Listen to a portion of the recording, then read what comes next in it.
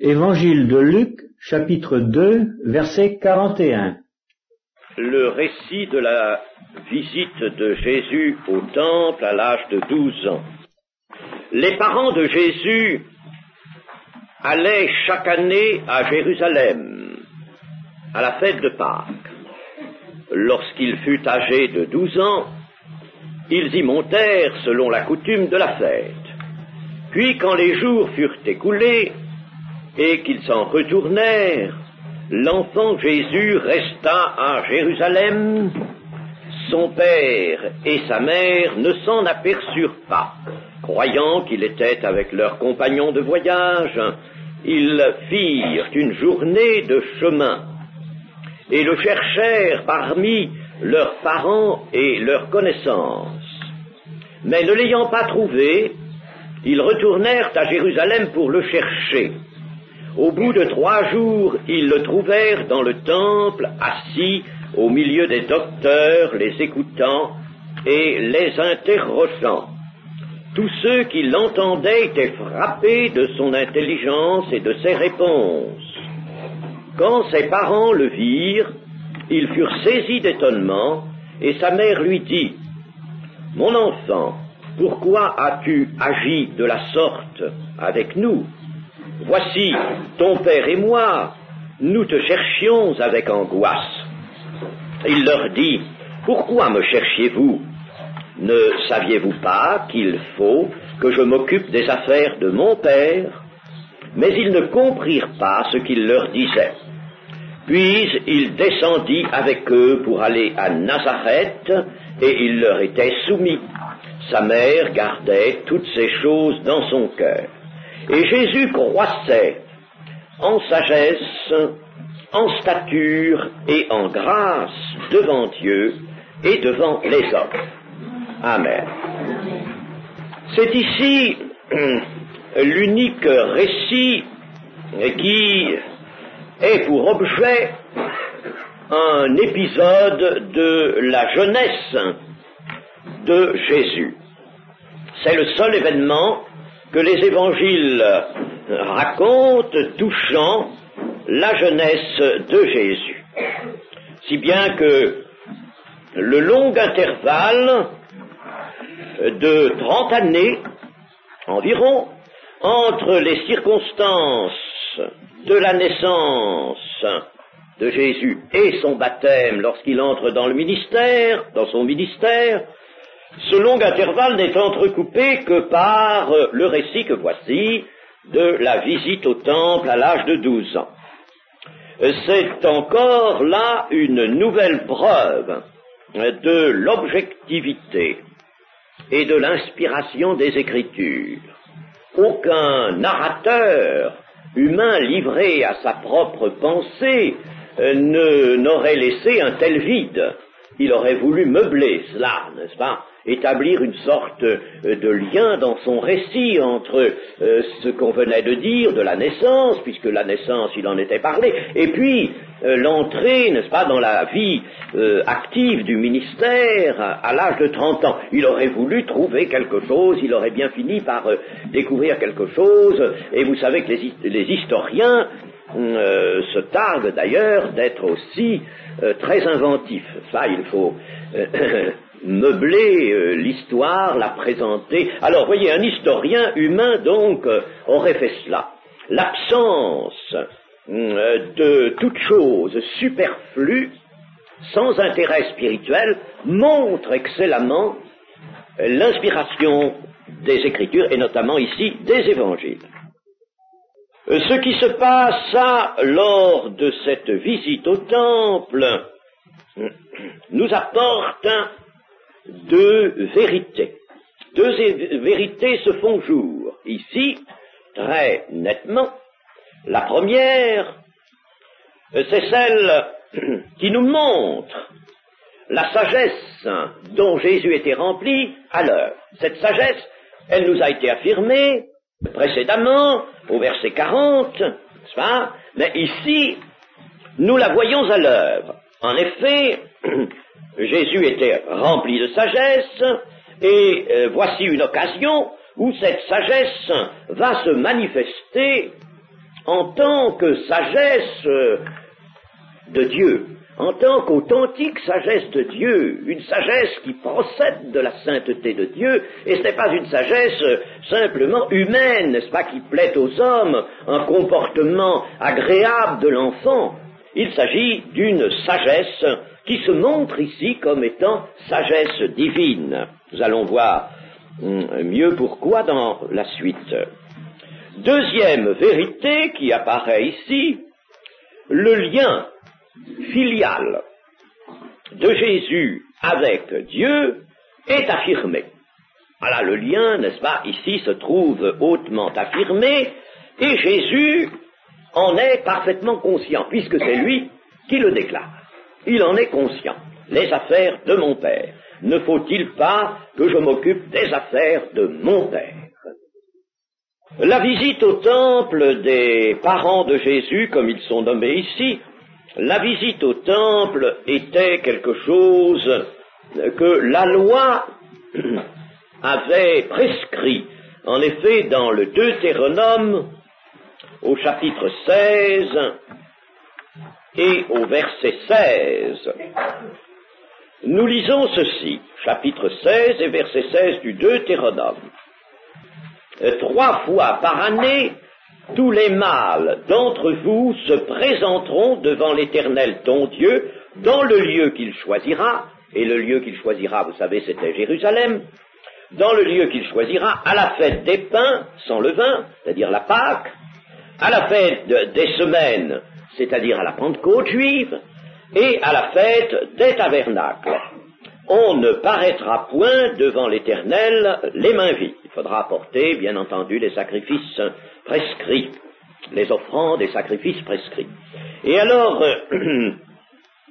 ici, n'est-ce pas, nous voyons qu'il s'agissait des hommes, les mâles, c'est-à-dire les hommes, et les jeunes garçons, à partir de l'âge de 13 ans. Les femmes n'étaient donc pas obligées d'y aller. Cependant, elles y allaient, elles accompagnaient leur mari. Il y a dans le premier livre de Samuel, au chapitre 1er, un récit qui nous montre que Anne, vous savez, qui vient et qui pleure parce qu'elle n'a pas de fils, elle n'a pas d'enfant, elle accompagne son mari, et cela était en général pratiqué. Bien des femmes, donc des épouses, accompagnaient leur mari, cela ne leur était pas interdit, mais il n'y avait pas de prescription formelle pour les femmes. Il faut admettre que ici, Jésus vient au temple pour la première fois. Bien qu'il nous soit dit que les parents de Jésus allaient chaque année à Jérusalem à la fête de Pâques, ici, nous avons tout lieu de penser, malgré, n'est-ce pas, le texte est excessivement concis, mais nous avons lieu de penser que c'est la première fois, puisque d'abord il est âgé de 12 ans, il a donc 12 ans accomplis, il est en route pour l'âge de 13 ans, il se peut que l'âge de 13 ans ait été tout proche, n'est-ce pas, et c'était à cet âge, donc, je le répète, que les jeunes adolescents juifs commençaient leur vie d'observance de la loi. Ils étaient d'ailleurs à ce moment-là, à partir de ce moment-là, appelés les fils de la loi. C'est très probablement en raison de cet âge que Jésus-Christ est emmené, cette fois-ci, au temple. Et puis, il y a une autre considération, c'est que si Jésus était allé, par exemple, à l'âge de 11 ans ou à l'âge de 10 ans, 1 an ou 2 ans auparavant au temple, ce qui aurait été le maximum, parce qu'on n'emmenait pas des enfants jeunes, vraiment jeunes, eh bien, il se serait passé quelque chose. Hein, et vraisemblablement, l'Évangile nous en parlerait. Il se serait passé quelque chose de spirituel.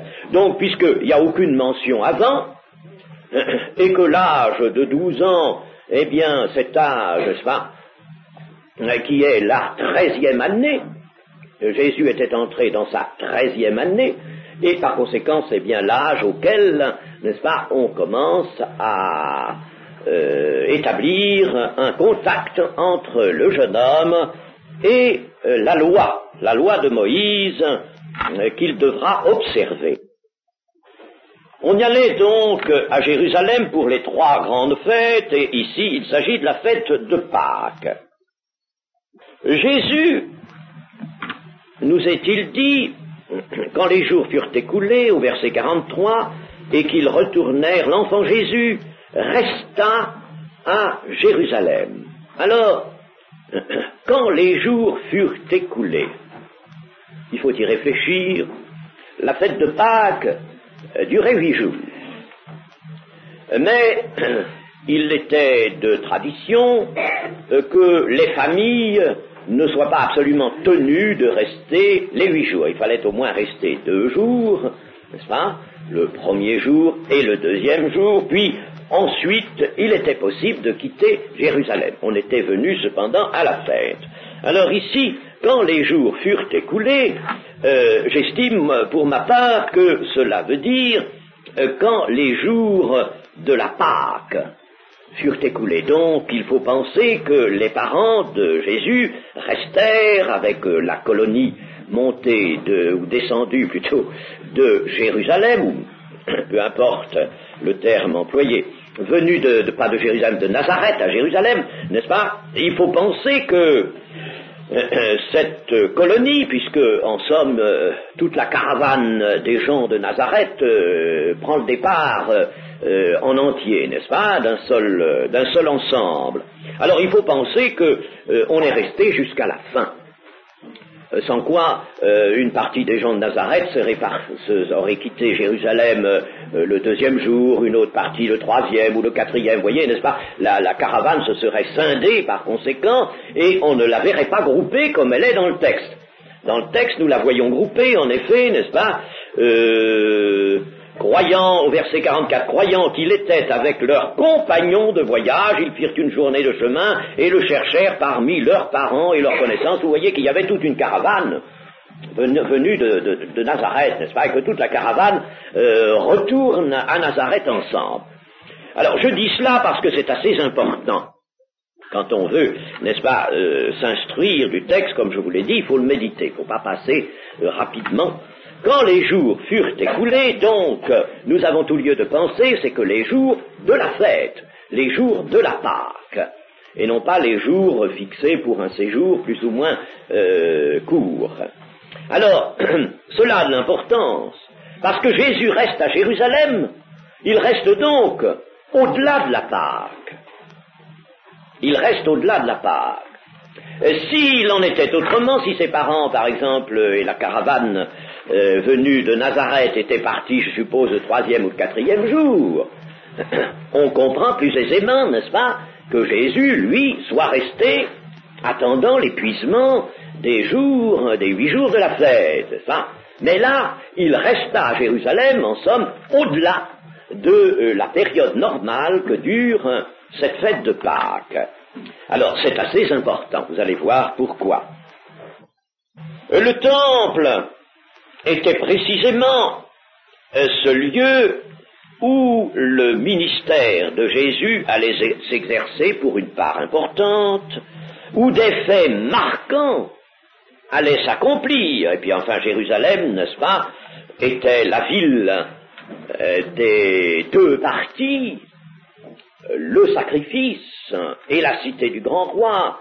La royauté de Jésus allait s'y affirmer lorsque il viendrait monter sur le petit d'un anon.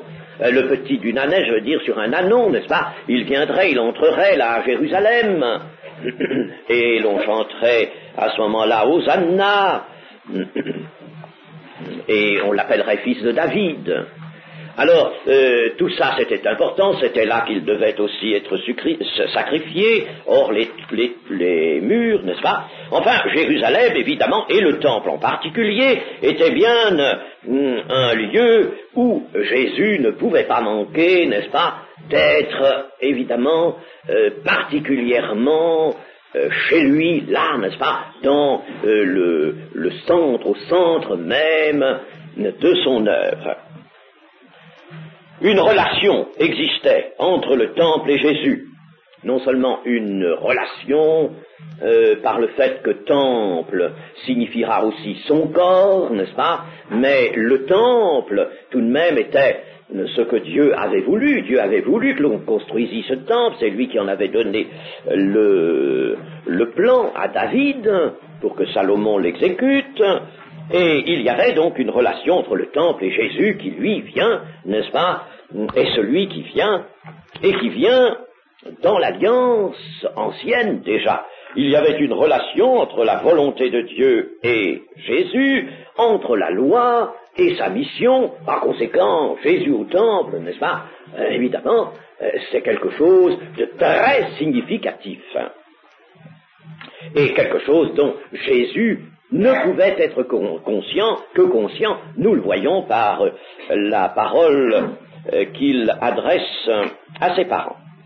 Le jour du départ donc étant arrivé, Jésus ne suit pas la caravane des gens de Nazareth, et il resta au temple, nous est-il dit. Il resta, le verbe grec qui est employé là dans le verset 43, Jésus resta à Jérusalem, indique une volonté. Une volonté. On peut dire par exemple, il resta ici, parce qu'il oublia de partir, ou on peut dire, n'est-ce pas, il demeura, il entendit rester, n'est-ce pas, et c'est ce second sens qui apparaît du texte original. Ce n'est pas une distraction, par conséquent, ce n'est pas un oubli, ce n'est pas parce qu'il est occupé, très pris avec ses docteurs, n'est-ce pas, de la loi, où nous allons le voir dans un instant.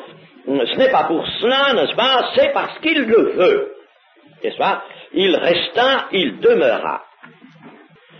Pourquoi donc Jésus demeure-t-il là, alors que jusque-là et après encore, il sera soumis à ses parents, ne pas un enfant, n'est-ce pas, qui vit dans l'insoumission et qui a l'habitude de faire sa propre volonté, pas du tout, n'est-ce pas, il est soumis à ses parents. Alors pourquoi cette décision qu'il prend de rester à Jérusalem? Eh bien, c'est parce qu'il n'a pas épuisé ce que l'Esprit de Dieu lui donnait à faire en ce moment. Il n'était pas entré dans son ministère, mais bien sûr, il est trop jeune encore, mais là, l'Esprit lui donne quelque chose à faire en raison précisément de cette relation qu'il y a entre le temple et Jésus. Le temple qui signifie toute la loi, qui signifie toute l'alliance, qui signifie le peuple juif, avec la présence de Dieu au milieu de son peuple, n'est-ce pas? Et voici le Messie, qui est tout ça lui aussi. N'est-ce pas? Vous voyez, le temple et le Messie, on peut dire, se ressemblent. L'un, bien sûr, est matérialisé. L'autre, n'est-ce pas, apporte l'alliance spirituelle. Il est porteur de la divinité, porteur de l'Esprit de Dieu. Mais ils se ressemblent. À savoir que, n'est-ce pas, l'un est le type ou l'image, si vous voulez, de l'autre. Et les liens, comme je vous l'ai signalé, sont très importants, étant donné l'office de la loi et l'office que Jésus vient remplir et qui se correspondent. Ainsi donc, il n'avait pas épuisé ce que l'Esprit lui donnait à faire. Et ce n'était pas sa volonté à lui qu'il faisait. Jamais Jésus ne fera sa propre volonté, auquel cas il se serait trouvé en faute, n'est-ce pas? Mais c'est la volonté de son Père, et la volonté de son Père était son seul guide.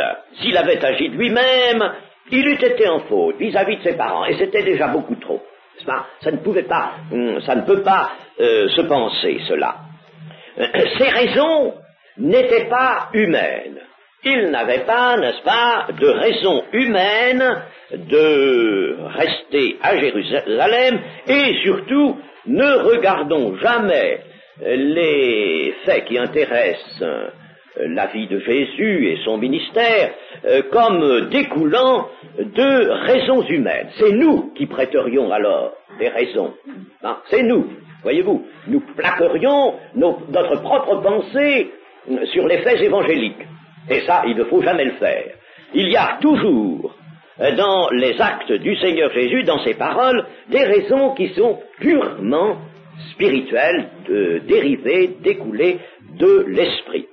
Les hauts intérêts du règne de Dieu surpassent pour lui toute autre préoccupation.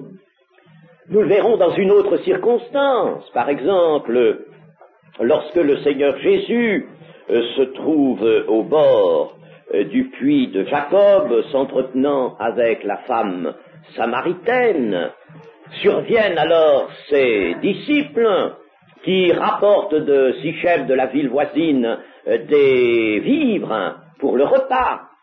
Alors, ils viennent, ils ont faim, ces hommes, n'est-ce pas? Ils sont bien dans l'humain, eux. Alors ils voient que Jésus passait l'heure déjà du repas du midi, si je puis dire, n'est-ce pas, est déjà passée. Alors, leur estomac, n'est-ce pas, les tiraille un peu, et ils voient que l'entretien n'en finit pas, pas avec la Samaritaine. Alors ils disent, Seigneur, tu sais, tu dois avoir faim, n'est-ce pas? Tu sais, c'est l'heure de manger, nous t'avons apporté de la nourriture, tu dois avoir faim, Seigneur, n'est-ce pas?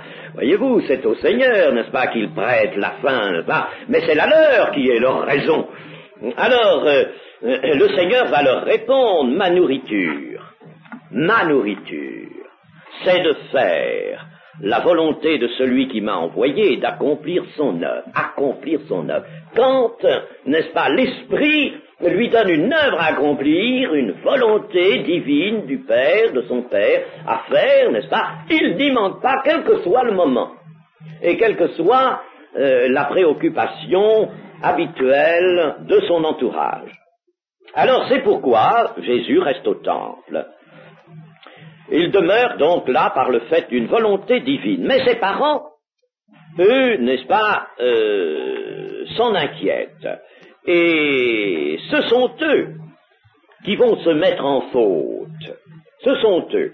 En effet, ils croyaient que Jésus avait suivi la caravane. Les gens de Nazareth s'étaient regroupés, n'est-ce pas, et puis étaient sortis du parvis, avaient pris lentement le chemin en direction du nord, enfin, et tout le monde s'était mis en route. Il y avait là une caravane assez importante, d'après le texte, on le voit, puisque Joseph et Marie vont d'abord chercher Jésus au milieu de tous ces gens, parents et amis, n'est-ce pas, au milieu de tous ces gens. Il y a donc une caravane, et alors les parents croyaient que Jésus était là, avait suivi, mais ils ne s'en étaient pas du tout assurés au départ de Jérusalem. Ils ne s'en étaient pas assurés. Vous me direz, ils avaient confiance, Jésus était soumis, leur était soumis, n'est-ce pas? Ils avaient confiance, Jésus avait tellement manifesté de hautes et belles qualités, même sur le plan humain, sur le plan des relations avec ses parents, qu'ils pouvaient, pourrait-on dire, n'est-ce pas, les parents pouvaient très bien s'en remettre, n'est-ce pas, à cette sagesse qui était en lui, et puis ne pas avoir à veiller sur son départ. Eh bien si, ils ont eu tort. Ils ont eu tort parce que s'ils avaient observé et suivi ce fils si remarquable dans toute sa conduite, s'ils s'étaient souvenus de sa mission, il ne manquait pas d'éléments pour cela. Eh bien, ils auraient regardé leur fils dès l'arrivée au temple, et ils n'auraient pas attendu cette circonstance, ce retour à Jérusalem, pour constater qu'il était là, au milieu des docteurs, au milieu, dans le temple, n'est-ce pas, de gens qui parlaient de la loi, n'est-ce pas? Vous comprenez bien que Jésus ne s'est pas mis justement à interroger les docteurs et à parler au milieu d'une certaine assistance le dernier jour ou 2 ou 3 jours après. Il avait certainement déjà fait cela. Peut-être dès son arrivée à Jérusalem. Dès son arrivée à Jérusalem, le temple avait été évidemment, n'est-ce pas, son lieu d'élection. Il avait déjà fait quelque chose. Si on l'avait observé, on aurait déjà vu cela. Et Joseph et Marie ne manquaient pas de souvenirs souvenir des paroles de l'ange. Enfin, les paroles de l'ange, n'est-ce pas, Gabriel, à Marie, étaient tout de même quelque chose de clair, de net, nous l'avons vu. Les paroles même prophétiques d'Élisabeth, celles de Siméon, et Marie elle-même, n'est-ce pas? Marie elle-même avait vu son fils, comme ce fils qui devait naître, comme étant le Messie d'Israël. Alors, avait-elle oublié tout cela? Et n'avait-elle pas éprouvé le besoin de rester près de Jésus, n'est-ce pas, de voir, de s'inquiéter, c'est pas le mot, mais enfin, je veux dire, n'est-ce pas, d'être là, en observation, pour voir ce qu'il allait faire. Il y avait peut-être pour elle bien des choses à constater. Elle va d'ailleurs encore, n'est-ce pas, se sentir le cœur gonflé de toutes sortes de bonnes choses quand elle l'aura vu au milieu des docteurs. Mais c'est trop attendre cela, n'est-ce pas? Ils auraient dû, par conséquent, ne pas abandonner comme ça Jésus pendant les 8 jours de la fête sans s'occuper de lui. C'était une erreur de leur part. Ils l'auraient, s'ils avaient donc pensé à sa mission, ils l'auraient trouvé nécessairement dans le temple, au milieu des docteurs. Ils ne seraient pas partis sans attendre pieusement que Jésus ait terminé ses entretiens. Ceci ne pouvait être que dans la ligne des prophéties qu'ils avaient entendues. Là, il y a évidemment un manquement de leur part, et c'est pourquoi Jésus va leur répondre. Ne saviez-vous pas qu'il fallait que je m'occupe des affaires de mon Père? Ne saviez-vous pas? Vous auriez dû le savoir. Vous auriez pu le savoir. Si, au lieu, n'est-ce pas, de vivre uniquement dans le contexte humain, dans le contexte familial, sentimental, vous étiez revenu dans votre pensée, dans votre cœur, à la grande œuvre que Dieu faisait, qui vous a été annoncée, alors vous l'auriez su. Vous l'auriez su. Vous voyez, n'est-ce pas, comme il y a des leçons pour nous dans tout ça. Comme il y a des leçons. Il y a des choses que nous devons savoir. Nous les savons, oui. Marie, elle aurait pu, certainement, vous redire ce qu'elle avait entendu. Je vous dis même, je vous ai dit, il est tout à fait probable que ces choses avaient déjà été même écrites. Elle aurait pu vous le redire, mais ça n'avait pas formé en elle, n'est-ce pas, une foi, avait une foi véritable, une foi qui est vraiment son objet spirituel, n'est-ce pas? Elle était touchée, elle était heureuse personnellement de tout ce qu'on disait de Jésus, son fils, n'est-ce pas? Mais elle n'avait pas discerné suffisamment, et ça ne s'était pas gravé en elle, mais nous verrons tout à l'heure pourquoi. Ils auraient dû le savoir, donc, et ils auraient su, s'ils s'étaient souvenus avec une foi persévérante et une foi, attention, éclairée, active, ils auraient dû savoir que Jésus était dans le temple et qu'il ne fallait pas partir sans lui. Ils n'avaient conservé en somme que le souvenir déjà devenu lointain de l'extérieur des faits entourant la naissance de Jésus, ce qui était à apparence, à contour humain. Vous voyez, ils gardaient le contour humain. Attention que nous ne fassions pas pareil, de garder des faits le contour humain, l'aspect humain. Vous voyez, nous ne discernons souvent dans des choses que l'aspect humain, ou l'aspect purement religieux, c'est-à-dire quelque chose encore où l'humain a la plus grande part. Et non pas l'aspect spirituel des choses, même des faits qui surviennent au milieu de nous, au milieu de l'Église, n'est-ce pas? Il doit y avoir une valeur spirituelle dans les événements qui surviennent. Et la valeur spirituelle et prophétique des paroles que Marie avait repassées dans son cœur lui échappait complètement. Elle avait repassé tout ça dans son cœur, mais elle en avait goûté, si vous voulez, n'est-ce pas? Elle avait savouré sur le plan humain, sentimental, essentiellement. Voyez-vous? Et nous le faisons dans l'Église, j'insiste là-dessus, chers amis, parce que c'est un défaut. C'est un défaut, n'est-ce pas? Nous savourons des choses, mais souvent humainement, je dirais même psychiquement. Au lieu de les savourer dans notre esprit, au au niveau de l'esprit, là où il y a la relation avec Dieu, n'est-ce pas, de les savourer spirituellement et non pas sentimentalement. Ils firent donc une journée de chemin. Les voici partis, n'est-ce pas, sans s'inquiéter, ils marchent une journée de chemin, ça faisait déjà pas mal, n'est-ce pas, de trajet. Et ils font une journée, et arrivés, donc, puisqu'ils font une journée, c'est le soir. Donc, au campement du soir, quand on s'arrête le soir pour camper, la caravane s'arrête pour camper, n'est-ce pas? Alors, c'est là qu'on s'aperçoit que Jésus n'est pas là. Parce que, au campement, n'est-ce pas, dans cette foule, alors chacun allait retrouver sa famille. Quand on campait, n'est-ce pas, on se regroupait par famille. Et naturellement, là, Joseph, Marie, qui avaient déjà d'autres... mais je ne sais pas s'ils avaient emmené...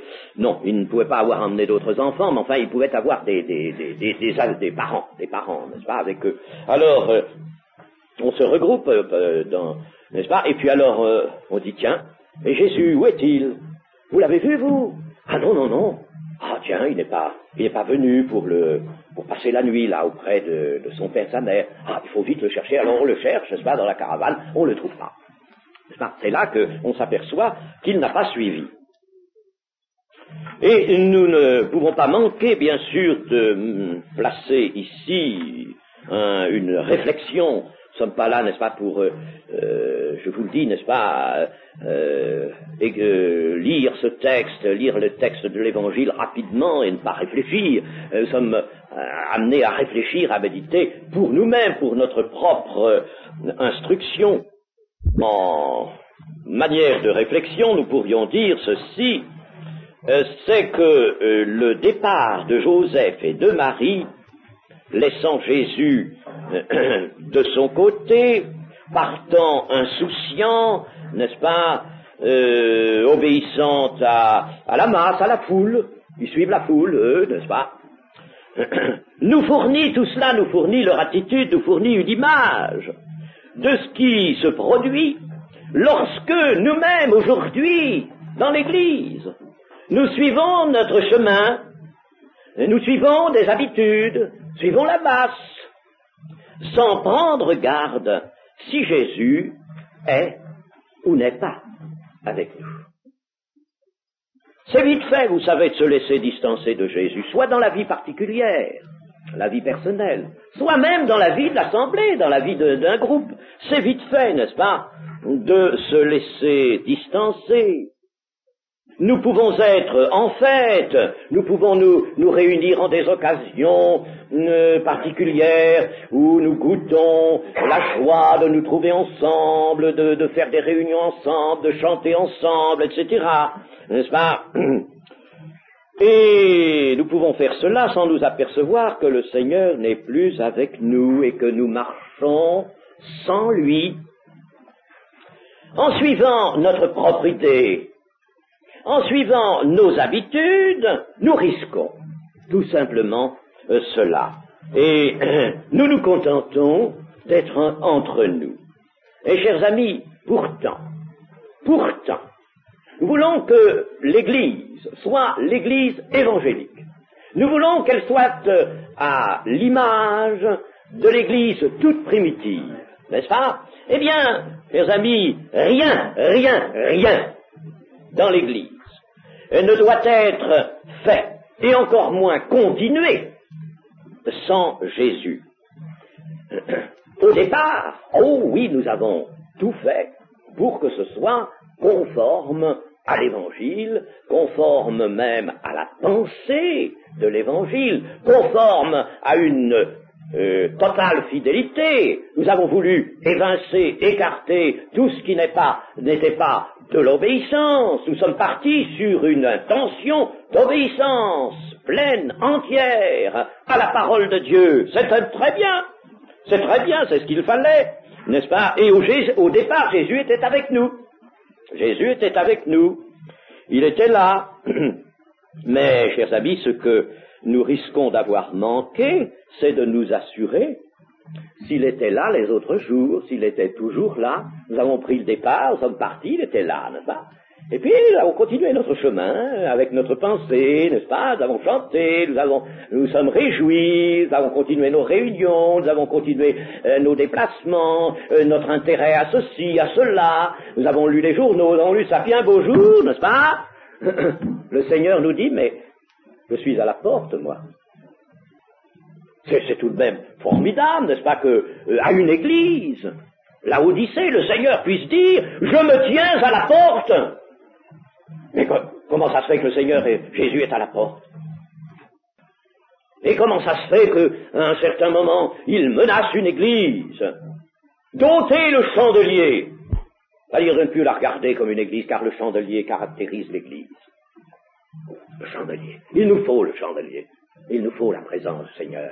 Si nous n'avons pas le chandelier, c'est pas nous qui le mettons. L'église catholique, elle en a fait des chandeliers. C'est ça? Elle s'en est donnée, tant et tant. Rien n'est authentique, rien n'est vrai. Mais nous voulons le chandelier spirituel.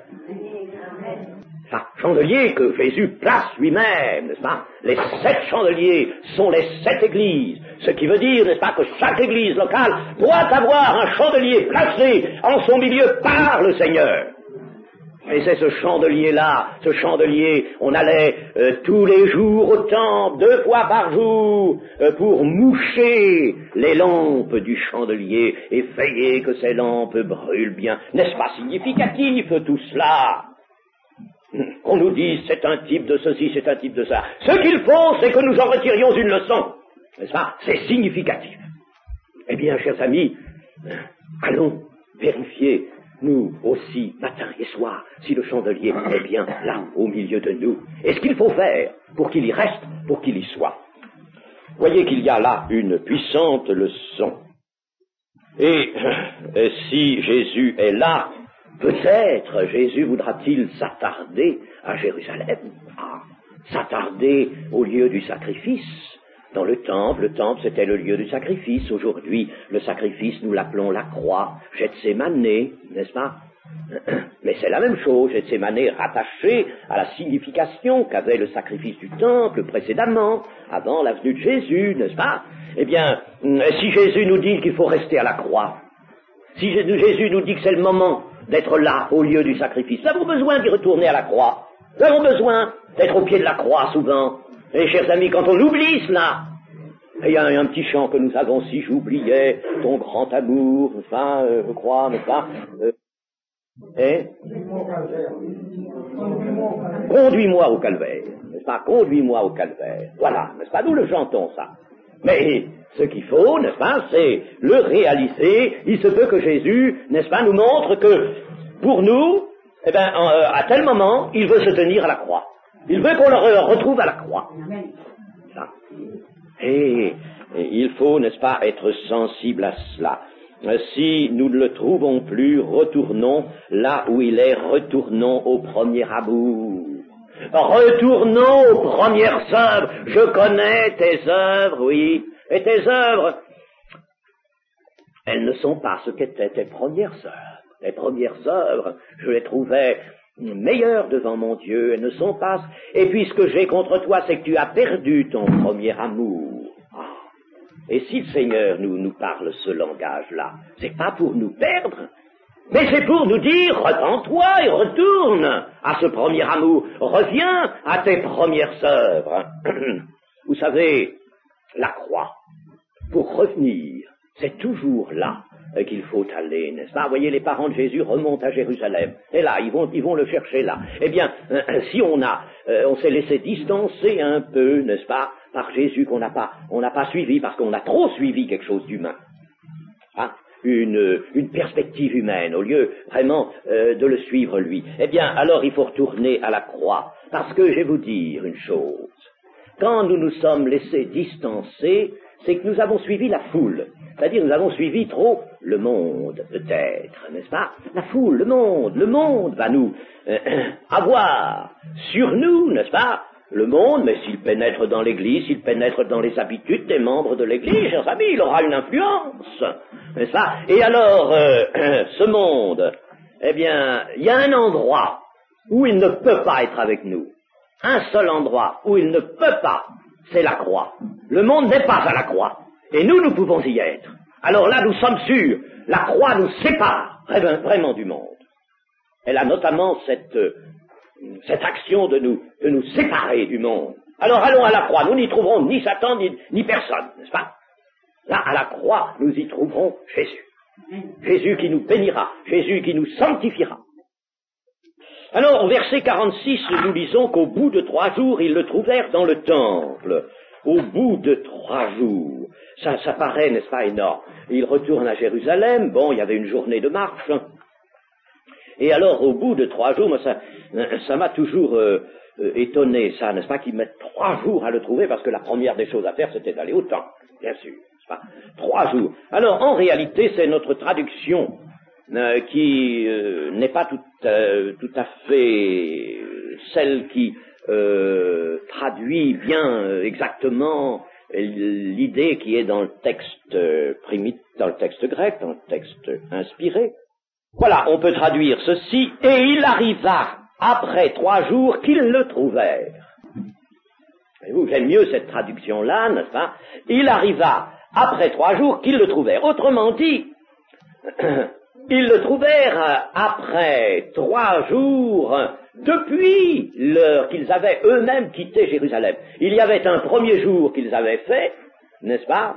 Bon, un deuxième jour pour revenir à Jérusalem, n'est-ce pas? Et le 3e jour, ils le trouvent dans le temple. Ce qui est beaucoup plus normal. Alors Jésus est donc retrouvé dans le temple assis au milieu des docteurs. Il était assis au milieu des docteurs, mais il n'y avait pas que des docteurs. Et évidemment, on signale ici les docteurs parce que c'est aux docteurs qu'il s'adresse. Mais il y avait, au verset 47, tous ceux qui l'entendaient étaient frappés de son intelligence et de ses réponses.